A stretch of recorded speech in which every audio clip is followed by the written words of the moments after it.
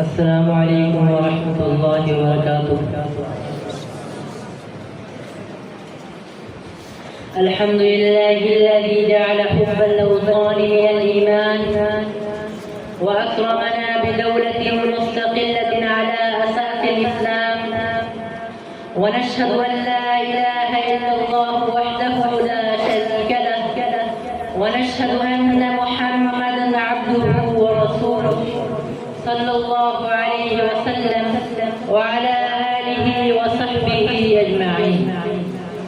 أيها الإخوة الأحبة، إنه ليوم عظيم في تاريخ المسلمين في شبه القارة الهندية، يوم فيه تحقق حلم الملايين وانفرجت فيه الكروب وتحققت الحرية بعد أعوام من الظلم والاستعمار. إنه يوم 14 من أغسطس، يوم استقلال باكستان. الاستقلال نعمة عظيمة، قال الله تعالى: ونريد أن نمن على الذين استضعفوا في الأرض ونجعلهم أئمة ونجعلهم الوارثين. قال رسول الله صلى الله عليه وسلم: من قتل دون ماله فهو شهيد، ومن قتل دون دينه فهو شهيد، ومن قتل دون عرضه فهو شهيد، أو كما قال عليه الصلاة والسلام: الحرية لا تهدى بل تنتزع بالتضحيات والصبر والثبات. وقدموا الأرواح وهاجروا من بيوتهم وتحملوا المجازر والفتن، وكل ذلك في سبيل قيام وطن إسلامي يطبق فيه شرع الله تعالى.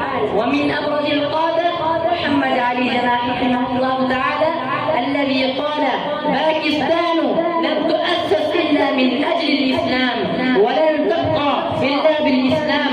وكذلك العلماء الكبار مثل العلامة شبير أحمد عثماني رحمه الله تعالى، الذي رفع علم لباكستان ودعا إلى تطبيق الشريعة فيها.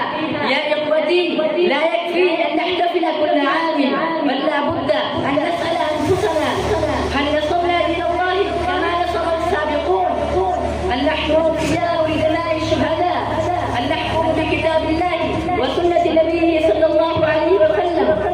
قال صلى الله عليه وسلم: كلكم راع وكلكم مسؤول عن رعيته، أو كما قال عليه الصلاة والسلام: مسؤوليتنا نحن الوطني أن نخلص في أعمالنا، أن نحارب الفساد، أن نربي أبناءنا على الإسلام، أن نكون دعاة خير وإصلاح، أن نكون دعاة خير وإصلاح.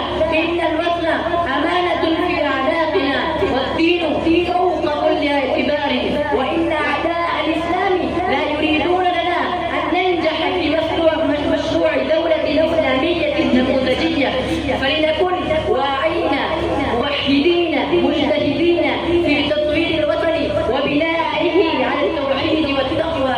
كما قال بعض الشاعرين: إذا صح الإخلاص في القلوب، إذا صح الإخلاص في القلوب فلا تسأل عن الفتوح والعجائب، فلا تسأل عن الفتوح والعجائب، وما في الطريق من إصلاح، إنما النجاح لمن جد وكذب. اللهم احفظ باكستان واجعلها دار أمن وإيمان، واحفظ قادتها وشعبها، ووفقنا لطاعتك ورفع راية الإسلام فيها. صلى الله على سيدنا محمد وعلى آله وصحبه أجمعين، وآخر دعوانا أن الحمد لله رب العالمين.